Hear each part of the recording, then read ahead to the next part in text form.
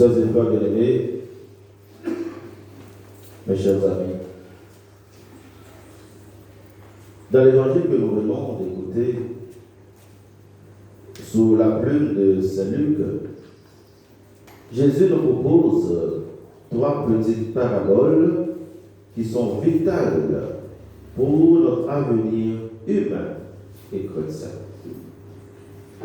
D'une façon ou d'une autre, ces paraboles peuvent nous conduire d'abord à une conversion personnelle et ensuite, cela peut nous aider à éviter des dégâts, non seulement dans la communauté paroissiale, dans la paroisse, mais aussi bien dans nos familles et dans nos relations amicales ou amoureuses.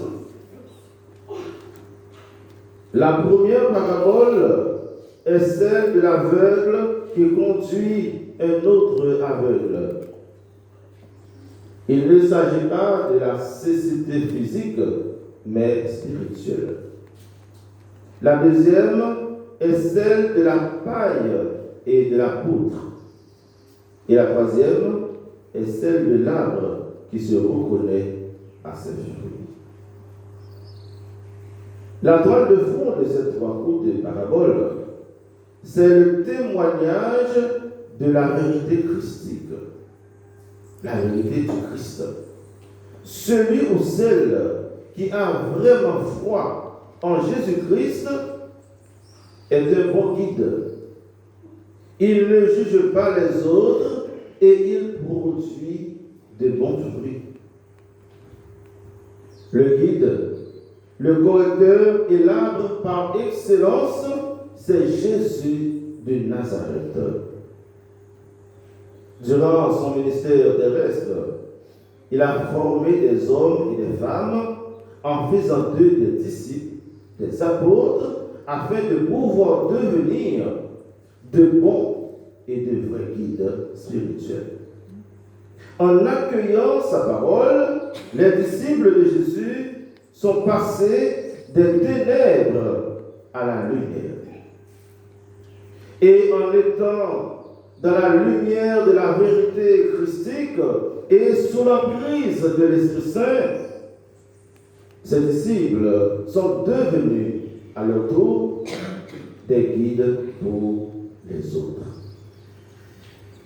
Ils ont accueilli la lumière de la vérité, pour ne pas dire qu'ils sont devenus des illuminés. En un mot, ils ont fait l'école de Jésus. Le disciple de Jésus dans l'Évangile n'est pas au-dessus du maître, mais une fois bien formé, chacun sera comme son maître.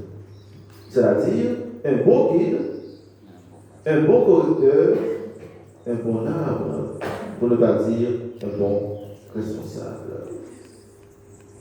Avant de devenir guide, il faut se former. Sur le plan spirituel, personne ne peut devenir guide sans se mettre à l'école de Jésus-Christ et à l'école de l'Esprit Saint. Il faut se laisser former, éduquer et façonner par la parole de Dieu.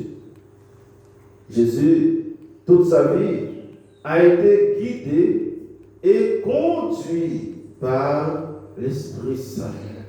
C'est ce que nous allons vivre durant le temps de Carême. Jésus est conduit au désert pour être tenté par le diable.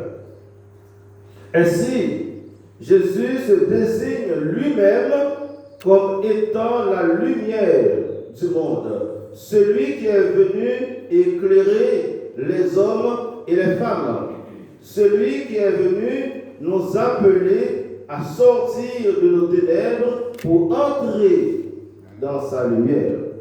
Jésus est le chemin, la vérité et la vie. En lui, il n'y a ni ruse, ni mensonge. aux docteurs de la loi, aux scribes, aux pharisiens et aux prêtres, et à tout le peuple de Dieu, Jésus enseigne le vrai chemin qui conduit au Père. Il est celui qui est descendu du ciel. C'est lui, le vrai voyant. Il est donc la gloire de Dieu dans le monde auprès des hommes et des femmes.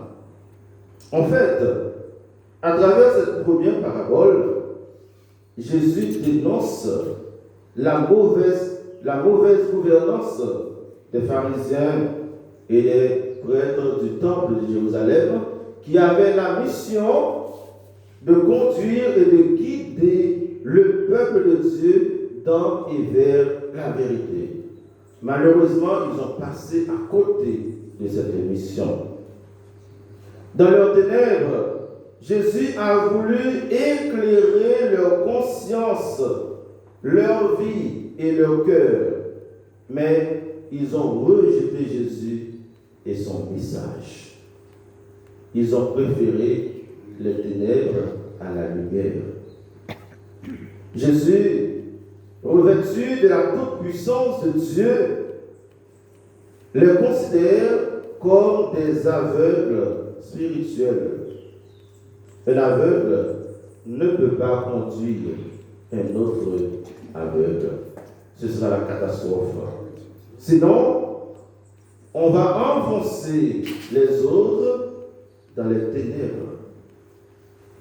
C'est pour nous, chrétiens, chrétiennes, l'ultime occasion de regarder le déroulé de notre vie chrétienne afin de prendre conscience de nos aveuglements spirituels.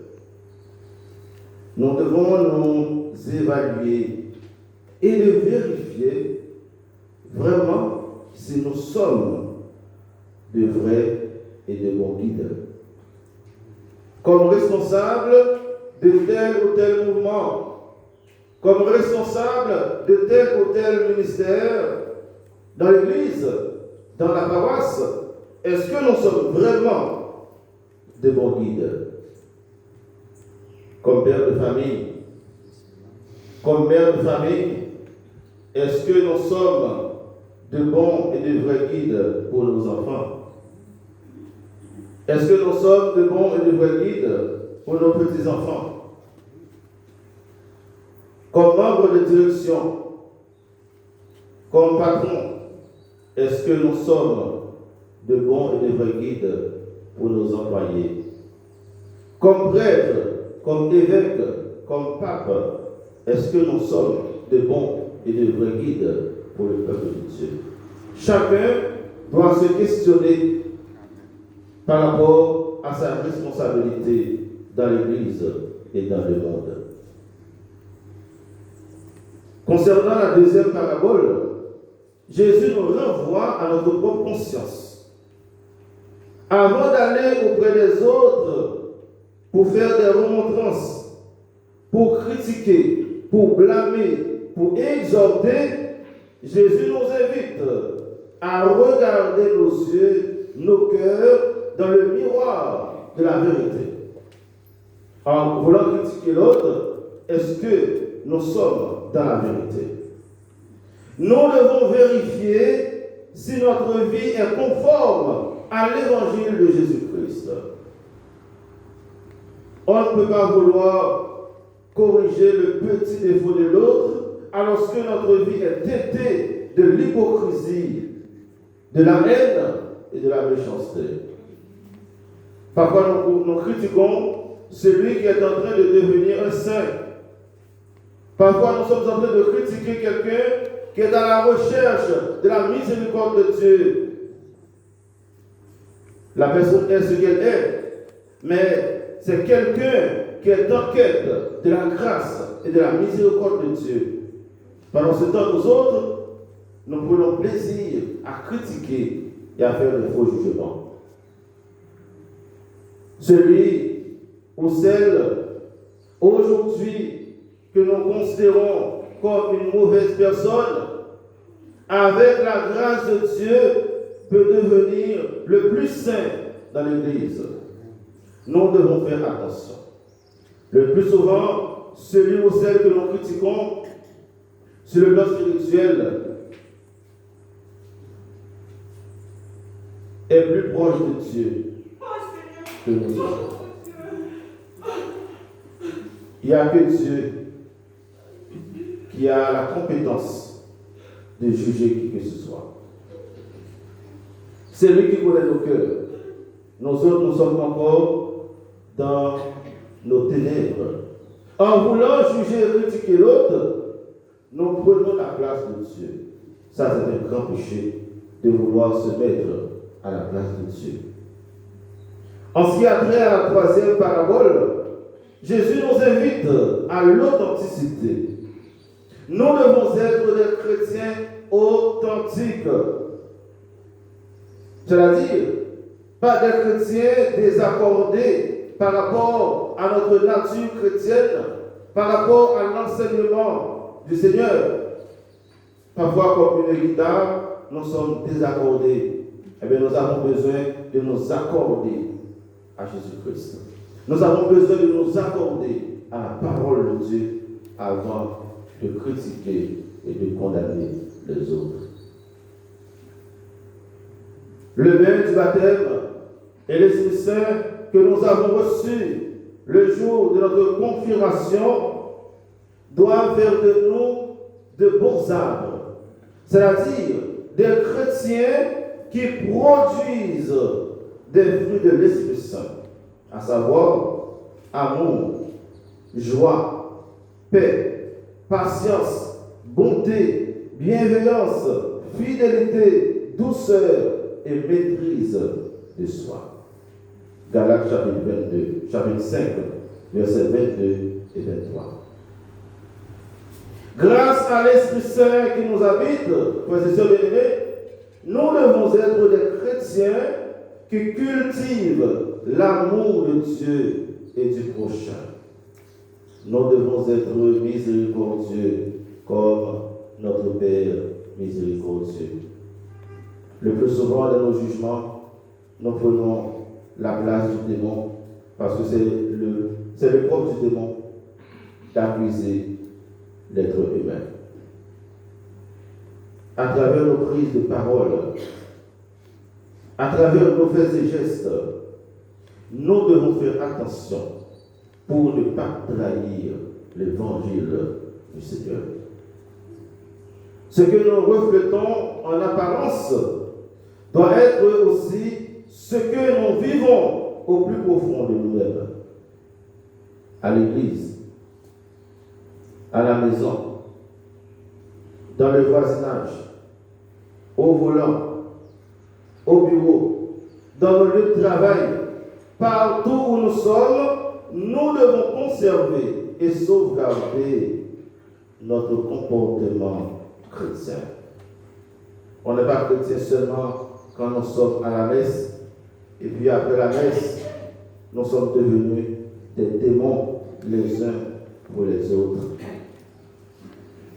Fort souvent, nos paroles ne nous trahissent pas. Elles révèlent et dévoilent tout simplement l'état de nos cœurs. La bouche parle de l'abondance du cœur. En résumé, Jésus nous invite à mettre un point final dans nos faux jugements, puisque nous ne connaissons pas vraiment le cœur de celui ou celle que nous sommes en train de juger. Nos lunettes de jugement ne sont pas toujours propres. Nos lunettes de jugement ne sont pas les lunettes du Christ. Alors, chers amis, en étant aveugles, cela nous plonge dans l'hypocrisie et la médisance qui est synonyme de commérage. Tous, prêtres, évêques, fidèles, croyants et non-croyants, hommes et femmes politiques, nous avons besoin de nous laisser éclairer et guider par la parole de Dieu et par l'Esprit Saint. Tous, nous avons besoin de la grâce et de la miséricorde de Dieu. Dans cette Eucharistie, demandons à la Vierge Marie et Saint Joseph, eux qui avaient guidé Jésus dans le droit chemin, de nous aider à vivre dans la vérité les uns avec les autres et qu'ils nous aident à retrouver nos lunettes spirituelles, qu'ils nous aident à retrouver notre vue spirituelle. Qu'il en soit ainsi. Au nom du Père et du Fils et du Saint-Esprit. Amen.